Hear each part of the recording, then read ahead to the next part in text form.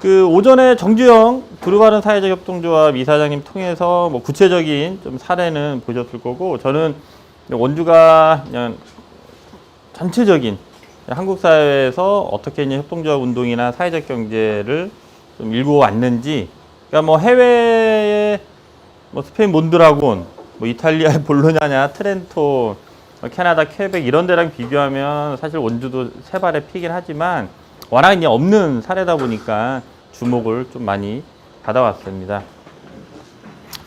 그래서 제가 협동조합 기본법 이후로 사회적 경제도 이제 지역에서 실물 경제를 만들어서, 그러니까 사회적 경제의 울타리 안에 있는 조합원이나 관계된 사람들만의 경제적 흐름이 아니라 시민이, 이제 원주로만 국한하면 시민이고 우리나라 소위 말하는 대중, 국민이 인정하는 사회적 경제를 만들어야 되는데 아직 그렇지는 못한 것 같아요. 그래서 사실 우리가 먹고 살고 생활하는데 모든 영역들이 사회적 경제 영역으로 구축이 돼야 되는데 아직은 상당히 이제 제한적인 영역에만 있는 거죠. 그래서 몇 년 전부터는 사회적 경제가 지역에서 이 실물 경제를 만들지 못하고 주민한테 인정받지 못하면 아무래도 이제 그들끼리의 울타리 내에서 그냥 좋은 일 하다가 끝나는 그렇게 되지 않을까.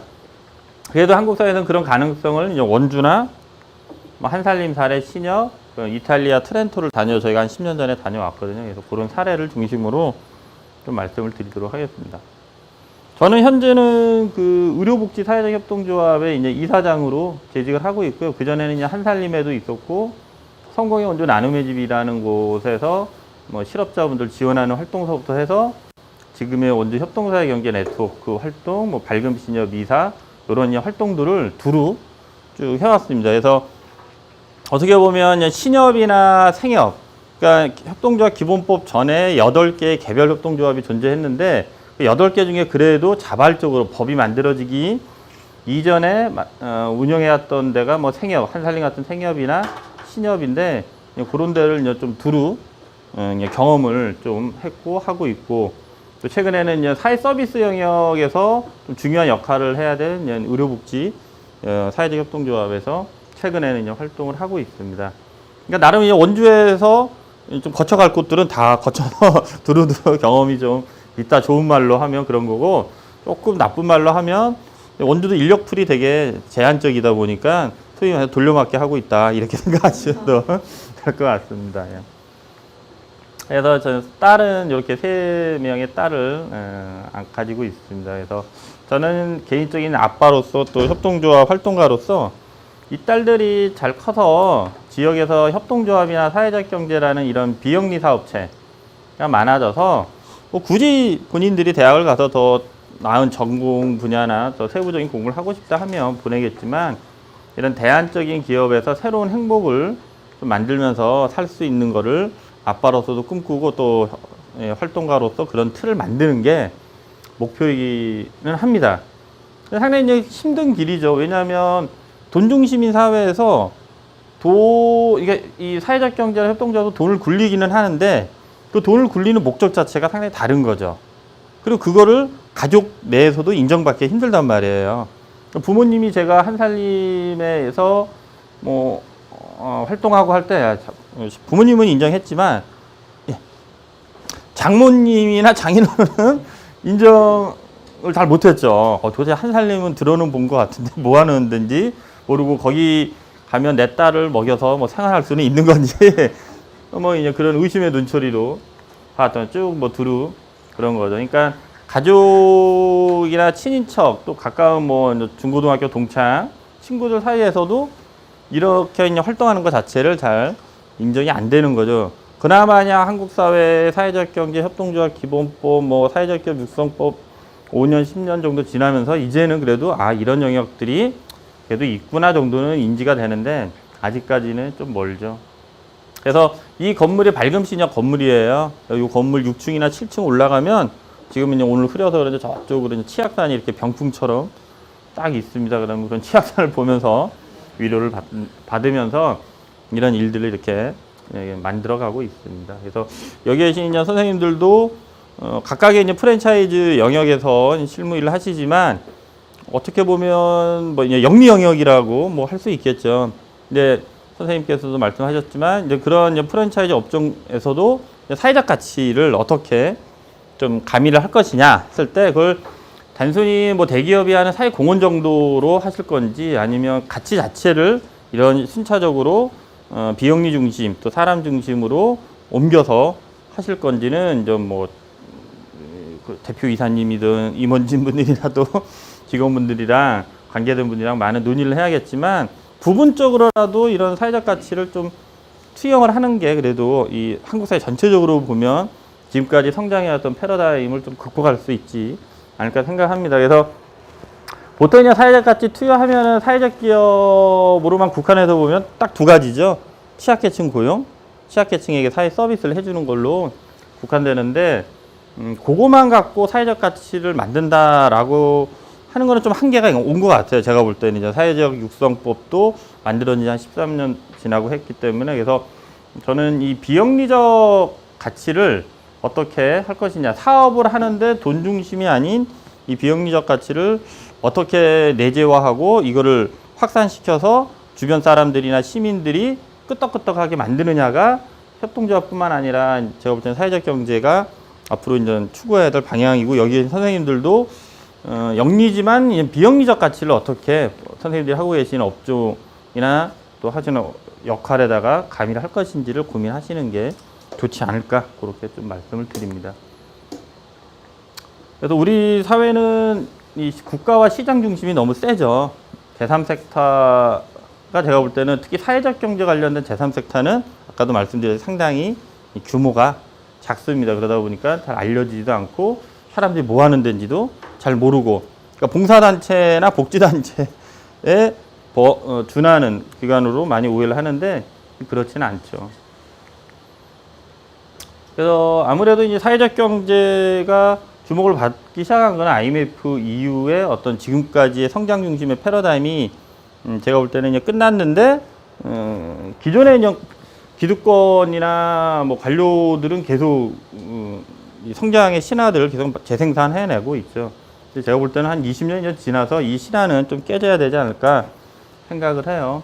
그러면서 요 이제 공공근로서부터 시작한 사회적 일자리로 2003년, 4년서부터 하고 저도 요때 아까 나눔의 집에서 실업자분들 지원하는 걸 2002년, 3년서부터 해서 지금의 이쪽과도 어떻게 보면 연관이 쭉 돼서 온 거죠. 실업과 이제 빈곤 문제를 극복하는 거죠. 그래서 사회적 일자리로 해서 이게 이제 사회적 기업 육성법 만들어지면서 사회적 기업화되고 마을 기업, 뭐 자활 국민기초생활보장법에 의한 이제 자활 사업단들이 자활 기업으로 가고 그게 이제 2013년 협동조합 기본법까지 쭉 오게 되는 상황인 거죠.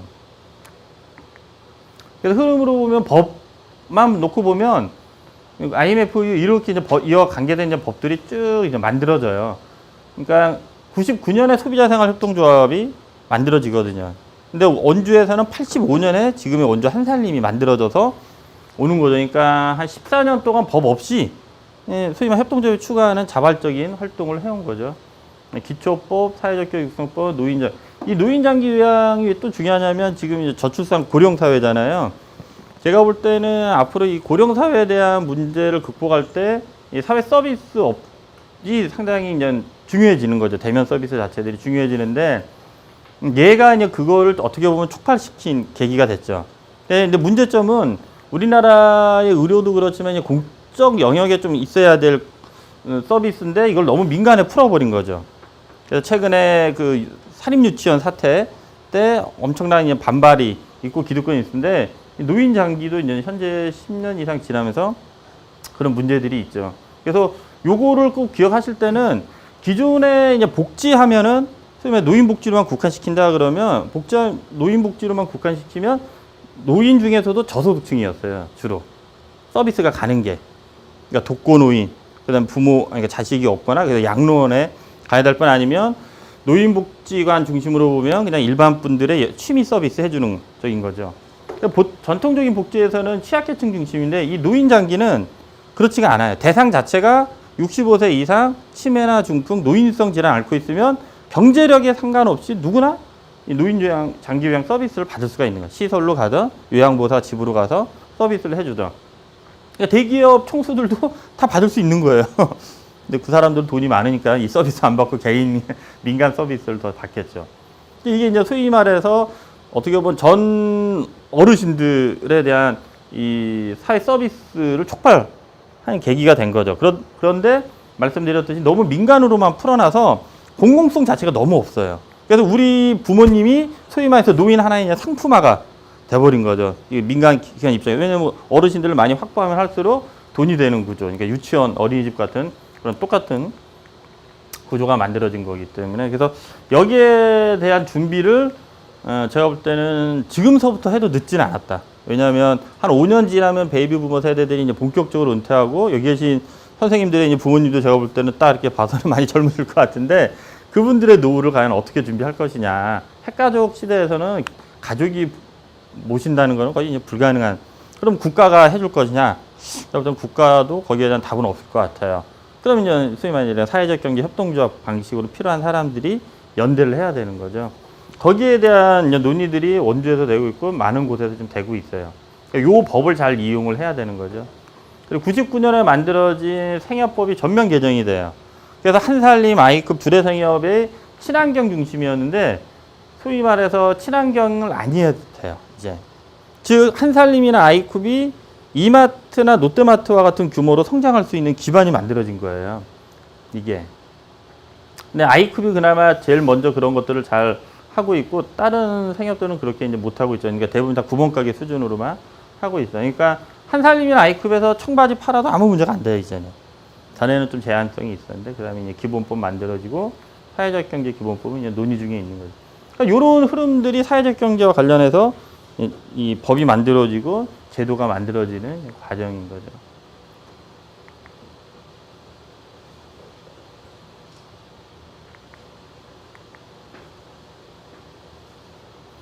그래서 아까 말씀드린 사회적 경제를 뭐 이렇게 열거하면 요 정도로 할 수 있는데 제가 볼 때 이제 사회적 경제가 한계는 자본과 기술이 부족하다라는 거예요. 그리고 인력 중심에 대표적으로 협동조합이 그렇죠. 자활기업도 그렇죠. 자활사업 참여하시는 분들, 마을기업도 그렇고. 즉 이 말은 이미 우리가 이게 들어가야 될 영역은 다 이게 소위 말해서 제도화돼 있다라는 거예요. 이미 다른 분들이 다 업종 직능별로 다 일을 하고 있다라는 거예요. 그걸 돌파할 만한 자본과 기술은 부족하고 사람밖에 없어요. 그러니까 제일 많이 하는 게 자연을 가공해서 생산할 수 있는, 그러니까 농업 쪽이 제일 많죠. 근데 그게 이제 부가가치가 떨어지니까 가공을 들어가죠. 콩을 재배해서 콩나물이나 두부 같은, 그다음에 사회 서비스 이쪽으로 간의 수공업 정도 수준인 거죠. 대부분이 지금 요 한계에 있고 여기서 이제 조금 더 치고 나가는 사회적 경제 기업들이 있기는 한데 요 틀을 거의 벗어나지 못해요. 그렇다고 사회적 경제에 돈을 콱콱 빌려주는 뭐 금융이나 자본이 많이 있느냐? 그것도 별로 아닌 거죠. 최근에 좀 만들어지고 있지만 막상 스타트하는 사회적 경제 조직이 와서 돈을 빌리기는 상당히 힘든 상황인 거죠. 기술도 부족한 거고. 그리고 아까 잠깐 넘어갔지만 기본법 전에 아까 말씀드린 8개의 개별협동조합들이 이미 모든 거를 다 하고 있어요. 농협 보세요, 농협. 하나로 마트, 하나로 클럽에서 엄청난 유통을 갖고 있죠. 생산자 조직 있죠. 가공하죠. 거기에 협동조합 기본법에서 못하게 하는 금융업, 보험업, 증권까지 다 하고 있죠. 엄청난 공룡이죠. 수협, 산림조합, 여변초조합 다 하고 있죠. 새마을금고. 금융보험업 안 하는 데가 없어요. 기본법에서는 막아놨단 말이에요. 이게 되게 기형적인 거예요. 그러니까 모든 업종이 가능하지만 딱 두 업종만 못하게 해놨다고 하지만 그 두 업종이 경제조직체로 보면 상당히 중요한 부분을 못하게 묶어놓은 거죠. 그 부분을 깨야 되는데 그게 쉽지가 않은 거죠. 엄청난 우리와 어떻게 보면 비슷하다고 할 수 있는 법적, 행정적 제도를 갖고 있는 얘네들이 기존에 우리가 해야 될 아까 말한 인력 중심 이거를 다 하고 있고 엄청나게 고도화되어 있기 때문에 들어가기가 상당히 이제 힘들죠. 그래서 협동조합 기본법으로 농협이나 축협 같은 것들을 만들 수가 있어요. 금융업, 보험업이 아니니까. 대표적으로 여기 원주 옆에 있는 횡성 축협이 유명하단 말이에요. 그래서 그 횡성 한우 축제를 매번 가을에 엄청나게 크게 해요. 그러다 보니까 이 기득권과 좀 문제점들이 많이 있죠. 그래서 좀 대안적으로 기본법에 따른 횡성 한우 협동조합을 만드신 분들이 한 수백 명 계세요. 그분들이 처음에 축협이랑 이제 맞짱을 뜬 거죠. 그래도 우리한테도 그런 지원 체계나 해달라 하는데 이제 안 해주고 있는 거죠. 횡성군을 압박하고 막 하고 뭐 그런 여러 가지 작업들을 하는데 뭐 농협협동조합 같은 걸 만들어도 워낙 농협 기득권이 세니까 뭐 농림부 쪽에서 인허가나 이런 것들을 제한하면서 잘 안 내주는 그런 과정들이 이제 상당히 있는 거죠. 앞으로 이제 사회적 경제 조직들도 그런 것들을 깨기 위한 이 양쪽을 일단은 또 많이 확대돼야 되고 좀 진정성 있게 하는 조직들이 더 많이 만들어져야죠. 그래서 제가 사회적 경제나 협동조합 얘기할 때 제일 최근에 강조하는 게 이 비영리 사업체라는 이 특징이에요. 그러니까 비영리 법인하면은 대표적으로 복지 쪽이죠. 근데 복지는 사업하는 개념이 아니잖아요. 거기 그냥 보조금 받아서 그거 갖고 취약계층에 서비스 전달해 주는 게 주 업무예요. 사업 개념이 없어요. 근데 아까 노인 요양이 되면서 복지 쪽에 있는 분들이 개인적으로나 또 법인 내에서 노인 요양 사업을 이제 사업체적으로 접근하시는 분들이 있는데 그 경계가 조금 애매한 적이 있죠. 학교도 조금 애매하죠. 그다음에 의료법인이 있는데 의료법인은 형식적으로는 비영리법인이지만 내용적으로는 엄청난 의료가 돈을 추구하고 있죠. 그래서 그나마 이제 전통적으로 비영리에서 복지 쪽 하면 이제 신부님, 수녀님, 목사님, 스님, 그렇죠. 이분들이 딱 떠오르고 많은 역할들을 해왔죠. 우리나라 뭐 해방 이후서부터 가난한 때부터 개척을 한 거죠. 그러니까 나라가 못했던 영역들을 해준 거는 상당히 고마운데 이미 뭐 한 60년, 70년 돼서 상당히 이제 기득권화 제도화돼 있죠. 그래서 이들과 다른 이 비영리 사업체적 감각을 이제 만들어야 된다라고 저희가 이제 계속 강조를 해요. 협동조합이나 사회적 경제에 있는 사람들은 뭐 기본법의 협동조합은 영리, 사회적 협동이 비영리 이렇게 얘기하지만 제가 생각하는 협동조합이나 사회적 경제는 근본적으로 비영리성을 내재하지 않으면 차별성이 만들어지지가 않아요. 기존 기업들과. 지속 가능성도 떨어지고. 그래서 사업체인데 돈과 이윤을 목적으로 하지 않는다. 요거를 그러니까 소위 말해서 받아들이고 인정하고 내재하고 그 조직의 조직 운영 원리로 만드는 것이 쉽지만은 않는 거죠. 그래서 사회적 경제의 이사장이나 이제 대표들은 이분들처럼 뭔가를 포기해야 된다라는 거예요. 이분들은 뭔가를 포기하신 분들이죠. 실제 그런지 하는지 잘 모르겠지만. 그래서 저는 사회적 경제에 있는 대표나 임원들, 직원들까지는 아닌 임원들은 돈을 포기해야 된다네, 돈을. 그러면, 우리도 매출액이 발생되고 해야 되는데, 그거를 포기하자는 거냐? 그게 아닌 거죠. 돈을 벌긴 벌되, 그거를 그 기업 내의 배분 구조를, 분배 구조를 어떻게 만들 것이냐. 그걸 어떻게 이제 합의할 것이냐. 그러니까 일반 기업처럼 뭐 주주 중심, 대주주 중심, 또 오너 중심으로 다 가져가는 게 아니라 다 그 안에 배분 구조를 어떻게 만들어서 나누고 그걸 합의하느냐. 이게 쉽지만 않은 거예요. 그래서 협동조합 정의로 보면 공동 소유와 민주적 운영이 제일 먼저 나오죠. 사업을 민주적으로 한다라는 거, 이거 쉽지만 않은 거죠. 그 민주적 운영이 이런 가치들을 어떻게 녹여내느냐에 따라서 만들어지는 거죠.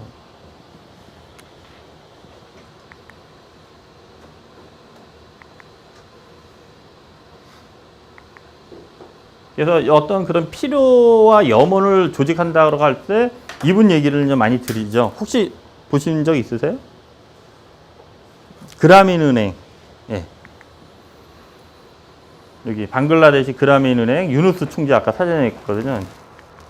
그러니까 방글라데시의 가난한 그 여성 농민들에게 소액 대출 사업을 한 거죠. 무담보, 무보증, 무신용으로 소액 대출 사업을 한 거죠. 그래서 이제 노벨상도 하고. 그러니까 그 필요와 염원을 스스로 조직을 하고 그 조직하는 것들을 촉진해주고 해야 되는데 사실 우리 사회에서 이 필요와 염원이 가득한 영역이 과연 어디일까? 이거를 이제 잘 고민을 해야 협동조합이나 사회적 경제의 형태와 그 필요와 염원이 잘 결합이 되는데 제가 볼 때는 그런 영역이 이렇게 많지는 않아요.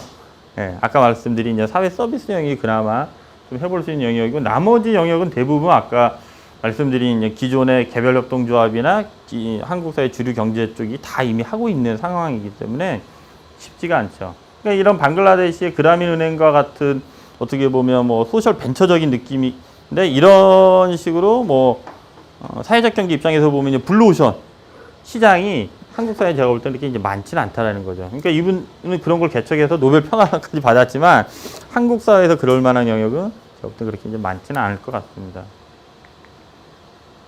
예. 그래서 아까 협동조합 정의해 보면, 그러니까 사회적 경제의 가장 대표적인 모델이 협동조합인 거죠. 우리 사회에서는 뭐 사회적 기업, 마을 기업, 자활 기업은 아까 IMF의 어떤 공공부조의 취약성을 일자리로 극복하는 과정에서 제가 볼 때는 다 만들어진 거고, 전통적으로는 협동조합이죠. 공동으로 소유하고 민주적으로 운영하는 사업체를 통해서예요. 그러니까 협동조합은 사업을 하지 않으면 의미가 없어요. 근데 협동조합을 준비하는 사람들이 이 사업체적 감각을 갖고 있느냐? 그렇지 못한 경우가 많죠. 그래서 그들 공통의 경제, 사회, 문화적 필요와 염원을 충족하고자, 필요와 염원, 아까 그라민은행 예를 들었듯이 지금 우리 사회의 경제적 필요나 사회적 필요나 문화적 필요 또는 경제적 염원, 사회적 염원, 문화적 염원이 뭘까를 잘 파악을 하셔야 되는데, 제가 볼 때는 그나마 아까 말씀드린 노인 요양, 돌봄에 대한 문제가 이 필요와 염원을 다 갖고 있지 않을까 생각을 하는 거죠. 그걸 충족하고자 하는 사람들이 자발적으로 만드는 거예요. 스스로. 그래서 자율적으로 운영하는 결사체인 거죠.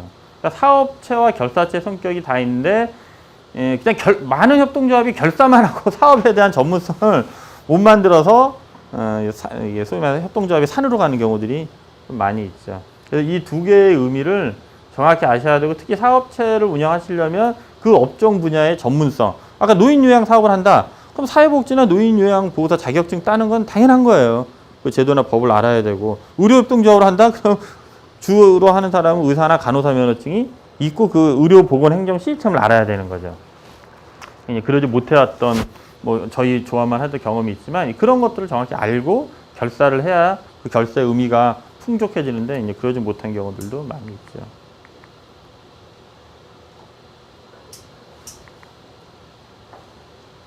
저는 그래서 사회적 경제가 만능은 아니라고 생각을 해요. 주류 경제가 되면 좋겠지만 한국 사회에서 그렇게 될 것 같지도 않고, 그렇지만 우리 사회에서 뭔가 이제 소금의 역할은 할 수 있지 않을까. 그러니까 국가는 제가 볼 때 점점 무능해지고 있고, 너무 있는 사람, 그렇죠. 기득권, 자본가 편이고, 또 그게 이제 시장과 연결되는데 시장은 이윤 중심이기 때문에 너무 파렴치하죠. 사람이 뭐 환경 때문에든 뭐 특히 비정규직이든 뭐 이런 적에 대해서 되게 파렴치하잖아요. 돈 중심으로. 그렇다면 목마른 사람이 우물을 파야 되는 거예요. 아까 자본과 기술이 우리는 부족해요. 그럼 머릿수로 해결해 나갈 수밖에 없는 거죠. 그걸 해결하기 위해서 자주 모이고 토의하고 논의하고 내가 가져갈 거를 다 포기하는 게 아니라 조금씩만 포기하면 되는 거예요. 그래서 공통의 자본 형성들, 공공재를 형성해 나가야 되는 거죠. 그래서 저는 궁극적으로 사회적 경제는 경제운동에서 평등적 가치를 내재화시키는 과정이라고 생각을 해요. 기업의 분배와 이 기업, 사회적 경제는 협동조합을 통한 이 분배 구조가 잘 만들어지면 그런 조직들이 원주나 지역에 많아지면 재분배 구조가 만들어지는 거예요. 그러면 부가 외부로 유출되지 않고서도 그 안에서 돌 수 있고 선순환 구조가 만들어지는데, 그게 이탈리아 트렌토 사례를 통해서 잠깐 말씀을 드릴 거예요. 이탈리아 트렌토는 협동조합이 한 500여 개 다양하게 있거든요. 그래서 재정 자립도가 100% 돼요. 인구는 원주시 정도 인구인데 이게 불가능한 얘기가 아니라는 거죠. 그래서 이런 게 어떻게 보면 한국의 어떤 사회적 경제의 흐름을 제 나름대로 진단한 거고, 그런 과정 속에서 원주가 새로운 좀 역할들을 이제 해온 게 있죠. 그래서 이제 원주를 상징하는, 또 한살림을 상징하는 이게 밥그림이에요. 이 밥 한 공기가 나오기까지의 이런 다양한 자연적인 요소들이 결합이 돼서 우리의 밥 한 그릇이 나온다. 그래서 이제 한살림에서 또 원주의 생명 운동 그릇을 제일 많이 얘기하는 게 이 밥 한 그릇의 중요성에 대한 얘기를 많이 하죠. 이 그림이 그런 걸 나타내는 거죠. 그 다음에 이건 협동조합을 설명할 때 옛날 신협서부터 얘기했던 그림이에요. 그러니까 우리 사회는 지금 이렇게 돼 있죠. 목줄을 메고 서로 먹으려고만 하고 있는데, 요 단계에서 이렇게 넘어오는, 서로 협동하는 고민을 해야 되는 거죠. 근데 이렇게 넘어오기가 쉽지가 않죠. 신뢰관계가 있어요. 이렇게 가서 먹었는데 얘가 배반하고 이걸 안 줘. 그러면 싸움 나는 거죠. 네. 이렇게 눌르랄라 먹어야 되는데, 이게 이제 협동조합을 나타내는 되게 이제 상징적인 그림이 되죠. 서로 신뢰하고 협동하고 나눈다라는 게 되는 거죠. 그래서 원주가 이런 운동이 있을 수 있었던 거는 이 지학선 주교님, 요 분이시거든요. 예, 감옥에서 나왔을 때 70년대 후반에 감옥이었는데 이제 원주역 앞에서 지주교님을 기다리는 주민인 거죠. 돌아가신 김수환 추기경님과 절친이었죠. 이분과 이 무의당 장일순이라는 요분, 예. 요분은 이제 동생분이시고 사모님도 작년에 이제 돌아가셨는데 요 두 분이 1965년에 원주에서 만나요. 그리고 77년경 이건 제가 나눈 거예요. 생명사상으로 할 때까지 한 원주의 일부 역사예요. 77년서부터 그 생명사상에 기반한 85년 6월 24일 원주 한살림을 만들 때까지를 제가 2부로 나누고 그다음에 좀 단절돼 있다가 2003년 6월에 지금의 원주 협동사회 경제 네트워크를 8개 단체가 결성해서 지금의 40몇 개까지 오는 과정이 전체 이제 3부 역사로 나눈 거죠. 그거가 있게 한 게 이 두 분이고 그 생명사상이 나오기까지는 자유권 운동과 생존권 운동이 결합이 된 거예요. 이 자유권 운동이라는 건 소위 말하는 독재에 대한 그 당시 군사 독재에 대한 민주주의를 위한 운동. 근데 요거는 원주만의 특징은 아니에요. 이거는 그 당시 뭐 대구, 부산, 광주 많은 도시에서 민주주의를 위한 활동을 했었죠. 근데 원주도 더 유난히 많이 하긴 했지만 요거는 원주만의 특징은 아니에요. 근데 원주의 특징이 뭐냐? 지금 협동조합과 사회적 경제가 연결되는 이거예요. 생존권. 그러니까 농민, 도시빈민, 노동자, 뭐 이런 저소득 소상공인 이런 사람들에 대한 생존권을 지원하는 활동을 협동조합 방식으로 60년 요때서부터 계속 해왔다는 거예요. 요게 갖고 있는 특징이 지금의 이제 사회적 경제, 한국 사회 사회적 경제를 얘기할 때 원주가 거론되는 가장 큰 이유가 되는 거죠. 그런 식으로 해서 이제 쭉 이렇게 이제 흘러오게 되는 거예요. 그걸 간략하게 나타내면 65년 이렇게 두 분이 만나고 66년에 신용협동조합을 만들어요. 원주 신용협동조합을. 근데 이게 망해요. 왜냐하면 그 당시 이제 돈이 없을 때니까 무의당 선생님이 이사장님이었는데 직원이 큰 돈이 생기니까 그 돈을 갖고 횡령을 한 거예요. 갖고 튀어요. 그래서 66년에 만든 원주 신용협동조합은 망하고 지금 요 중앙로 미로시장 가기 전에 있는 원주 신용협동조합은 그 다음에 73년도쯤에 만들어진 거예요. 그러다가 이제 협동조합 방법으로 이런 재대책 사업을 극복하는 일을 이 71년도에 하고 이런 식으로 쭉 변화를 해오죠. 그래서 지금 이 한살림 선언이라는 작은 소책자가 있어요. 그 소책자의 기본이 되는 게 81년에 나온 이 생명의 세계관 확립과 협동적 생존의 확장이에요. 요 원주 보고서를 김지하 시인이 대표 집필을 해요. 무의당 선생님이랑 몇몇 사람들이 참여해서. 그래서 이게 대단한 왜 대단한 보고서냐면 지금까지의 어떤 한국뿐만 아니라 세계 자본주의가 갖고 왔던 이 대량 생산, 대량 소비에 대한 방식은 죽임의 문명이라는 거예요. 죽임. 그래서 그걸 생명의 세계관으로 다 재정립을 해야 된다. 그런 그 생명의 세계관 입각해서 생존에 필요한 것들을 협동조합 방식으로 하나둘씩 확장해 나가야 된다. 어떻게 보면 좀 커다란 문명운동을 제안하신 거죠. 그래서 요 생명에 기반한 협동조합의 생존 방식을 첫 작품으로 만든 게 85년 6월 24일 원주 소비자협동조합. 지금 이게 한살림이에요. 한살림. 89년에 한살림 선이 만들어지는데 여기 이제 하나 빠진 게 뭐냐면 이때서부터 이 두 분을 모시고 한 박지일 회장님이라는 분이 있어요. 지금 한살림 만드신 분인데 돌아가신 지가 이제 한 9년, 10년 돼요. 그분이 요 초대 이사장이셨어요. 그때 37명이 모일 때 초대 이사장이셨고, 이 지금까지 이렇게 쭉 내려왔던 이 정신을 가지고 더 많은 확산을 해야 된다 해서 서울로 올라가세요. 청량리 옆에 있는 제기동에 작은 쌀가게, 10평 한 쌀가게를 만들 때 그 쌀가게 이름, 간판을 한살림 농산이라고 져요. 살린다. 한, 더불어 크게, 우리가 대한민국 할 때 그 한이에요, 한. 더불어 크게 모두를 살리는 한살림. 그걸 만드세요. 그분이 대단한 게, 저는 그래서 뭐 이런 사회적 기업가 정신, 뭐 협동조합 기업가 정신 얘기할 때, 요 박지일 회장님 얘기를 들어요. 그러니까 이분이 85년에 지금 이때서부터 쭉 고생 엄청나게 하셨죠. 그러다가 85년에 만드시고 이 좋은 운동을 전파하기 위해서 서울의 그 어머니들한테 벌레 먹은 배추, 유정란, 무농약, 쌀 이거 팔 게 그 정도밖에 없었어요. 물품이 10가지도 안 돼. 그런 친환경적인 지금으로 하면 친환경적인 물품을 팔기 위해서 서울 제기동으로 올라가셨을 때 나이가 49이세요. 49.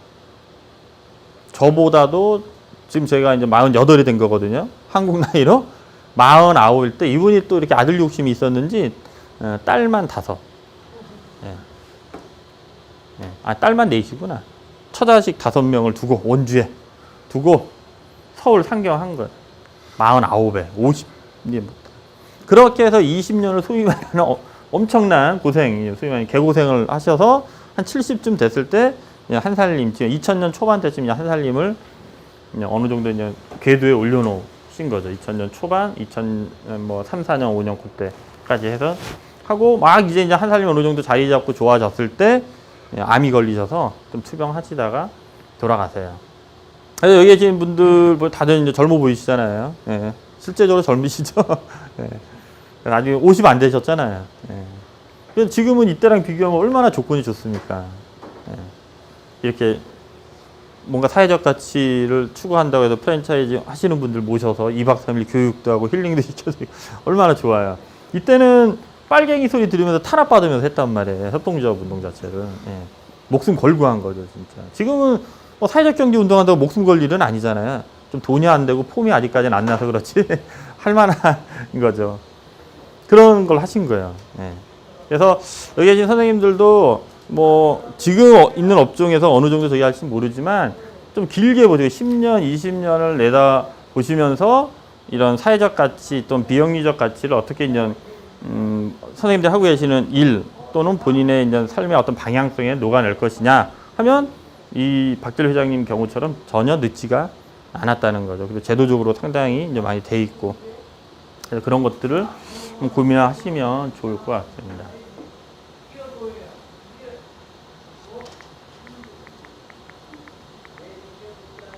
그래서 아까 이제 그 사회적 경제가 지역에 있는 실물 경제를 만들어야 된다라는 용어를 좀 표현하면 이렇게 표현할 수도 있어요. 그러니까 원주만의 특징인데 협연이에요, 협연. 협동조합적 인연이 있다라는 거예요. 제가 만든 말이에요. 10년 전에. 한살림 있을 때 모신가 살림 연구소 무슨 프로젝트를 하나 했어요. 150만 원 줘서 과연 원주에 있는 우리 동지들이 공동의 꿈을 꾸나 해서 한번 조사를 쭉 했더니 그 조사한 보고서를 발간할 때 이 두 단어로 정리를 했어요. 그러니까 모든 지역에는 혈연, 지연, 학연이 있어요. 인간이 살아가는 가장 기본적인 어떻게 보면 사람과의 관계를 묶는 첫 번째 방식이죠. 혈연. 무시 못하는 거잖아요. 그 다음에 학연, 지연. 이게 잘 작동이 되면 되는데 이게 항상 이제 있는 사람 기득권 중심으로 또 안 좋게만 되니까 문제가 많은 거죠. 근데 제일 먼저 우리들도 그런 거 생각하잖아요. 근데 원주에는 인연이 하나 더 있는 거예요. 협연이라는. 협동조합적 인연. 아까 65년서부터 쭉 해왔다. 그래서 사회적 경제 조직 중에서도 이 협동조합적 인연이 강한 곳은 살아남아요. 근데 그렇지 않고 뭐 사회적 경제 영역이 울타리에 있긴 한데 무의당이나 원주 이런 생명의 가치를 잘 모른다. 그러면은 좀 실현이 잘 안 되더라고요. 그래서 이런 협동조합적 인연을 협업, 같이 사업을 하는 형태로 만들어내는 거예요. 아까 용어로 하면 재분배 구조를 지역에서 어떻게 만들어낼 것이냐. 그래서 실물 경제 틀을 어떻게 만들 것이냐. 이렇게 이제 요약할 수가 있는 거죠. 그래서 이제 원주 아까까지 1부, 2부 역사고 여기서부터는 어떻게 보면 3부 역사가 되는 거예요.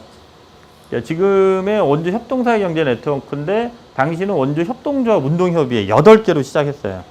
저는 그 만들어지는 당시부터 했고 이게 35개인데 작년 이게 5월 기준이다 보니까 바꿨어요. 지금 43개인가로 많아졌어요. 2005년 뭐 시민 참여 3대 조례 화상경마장 일본과의 교류 이런 식으로 쭉 여러 활동들을 해왔고 단체가 이렇게 있고 이거는 최근 이게 아니라 더 많이 있어요. 이렇게 표로도 하고 있고 그래서 요 표나 저기는 뭐 네트워크 우리 협동사회 네트워크 랜드 보면 더 있을 거예요. 이렇게 다양한 제들이 모여서 하고 있고 이제 저희 조합 얘기고 한살림 요런 얘기나 이따 질문이 오거나 시간이 되면 제가 조금 더 말씀을 드릴게요. 제 개인적으로는 원주 얘기를 이제 드렸지만 아직 이게 원주가 어떻게 보면 좀 이제 세대 교체이기도 하고 속도가 좀 나진 않아요. 그래서 아까 말씀 해외와 같은 그런 지역적 사업연합 구조까지 아직 가지 못하고 있어요. 근데 이미 저희가 한 7, 8년, 10년 전에 자체 심포지엄 때에서 방향은 다 정해놨어요.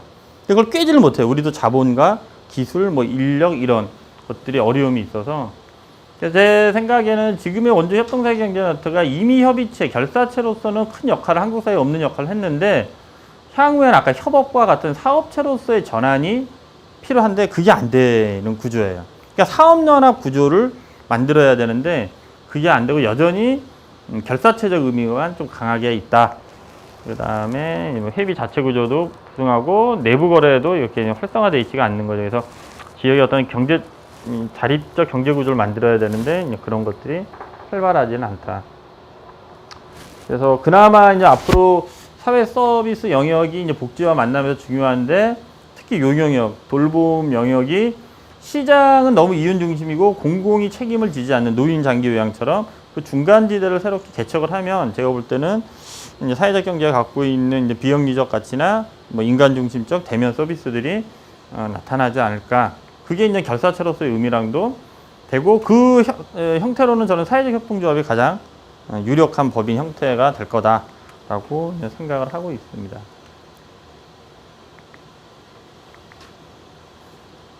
그래서 이 원주의 어떤 이런 생명사상이나 뭔가 다른 가치를 추구할 때 이제 무의당은 이런 얘기를 했어요. 너를 보고 나는 부끄러웠네, 나는 미처 몰랐네, 그대가 나였음을. 네. 제가 아는 분이 뭐 남아프리카 공화국의 넬슨 만델라 대통령이 뭐 우분투 운동 뭐 이렇게 했다고 하는데 똑같은 거예요. 지역에서 이제 무의당 이런 걸 한 거죠. 박경리 선생님이 김지아 선생님의 장모죠. 박경리 선생님이 원주에서 이제 토지 사부 5부를 집필을 하세요. 근데 이 박경리 선생님이 그 지금 저기 연세대학교에 보면 매질이 호수가 크게 있는데 거기서 직선거리로 한 1, 2km 떨어진 곳에서 생활을 하셨거든요. 그래서 그 매지 호수에 겨울밤 얼음이 얼지 않게 날개짓하는 오리들의 소리를 경청하는 자세. 상당히 이 생명에 대해서 열려있는 그런 자세인 거죠. 이 무의당 선생님 이런 거를 처음에 그 이제 원주천 강둑을 걸으면서 풀 한 포기를 보면서 이런 거를 이제 쓰신 거거든요. 나타내고. 그래서 어떻게 보면 내 안의 물신화와 물욕화를 넘어서는 거고 그것이 원주의 어떤 이 생명운동과 협동운동은 제가 볼 때는 그렇게 연결되는 게 아닌가라고 이제 생각을 좀 합니다. 그래서 이게 이제 2003년서부터 쭉 해왔던 흐름이에요. 이렇게 이제 여기 보면 원주 협동조합운동 임직원 워크숍. 이 친구가 후배인데 네트워크 회원단체 중에 하나 햇살 나눔이라는 사회적 기업 만들어서 한살림이나 두레생협에 밥풀 과자. 이것도 이 일자리 사업으로 시작한 거예요. 사회적 일자리 사업. 2003년 이렇게 가을 거자 한마당 같은 거 이런 거 하는 거고 이 밝음 신협 건물. 일본과 교류하면서 난지해모 운동 이런 거 했던 거. 1년 한 번씩 모여서 그 공동의 그러니까 송년회 방 아까 말한 그 심포지엄 이렇게 해서 우리의 방향성들을 논의했던 거죠. 그래서 아까 말씀드린 이탈리아 트렌토라는 도시는 이탈리아 북부에 위치하고 인구가 비슷해요. 지금 원주가 35만이 됐기 때문에 비슷하고 그 트렌토 주로 하면 한 50만 된다고 하더라고요. 근데 그 동네에 540여 개의 다양한 협동조합이 지역 연맹체를 만들어서 하고 재정 자립도가 100%. 물론 역사는 한 120년의 무관 역사를 갖고 있죠. 그러니까 이탈리아 하면 볼로냐가 되게 유명한데 볼로냐는 인구가 한 100만이 넘어요. 규모도 엄청 큰 도시인데. 볼로냐보다 규모는 적지만 다양한 협동조합의 역사를 갖고 있고 아까 말한 재정 자립도가 100% 된다라는 거는 소위 말해서 협동조합 마트랑 우리식으로 하면 이마트가 맞짱을 떠갖고 이마트가 지고 나가는 거예요. 이 동네에서 도저히 이 협동조합들 매점 때문에 우리가 장사 못 해먹겠다고 나가는 그런 경우인 거죠. 왜냐하면 타 지역이 연결이 돼 있기 때문에 굳이 뭐 거기 가서 살 필요가 없는 거죠. 여기 직접 찍은 그 트렌토 시내 전경이에요. 저희가 직접 그때 10년 전에 가서 마침 저희가 갔을 때 그 540의 다양한 협동조합이 모여서 총회하는 날이었어요.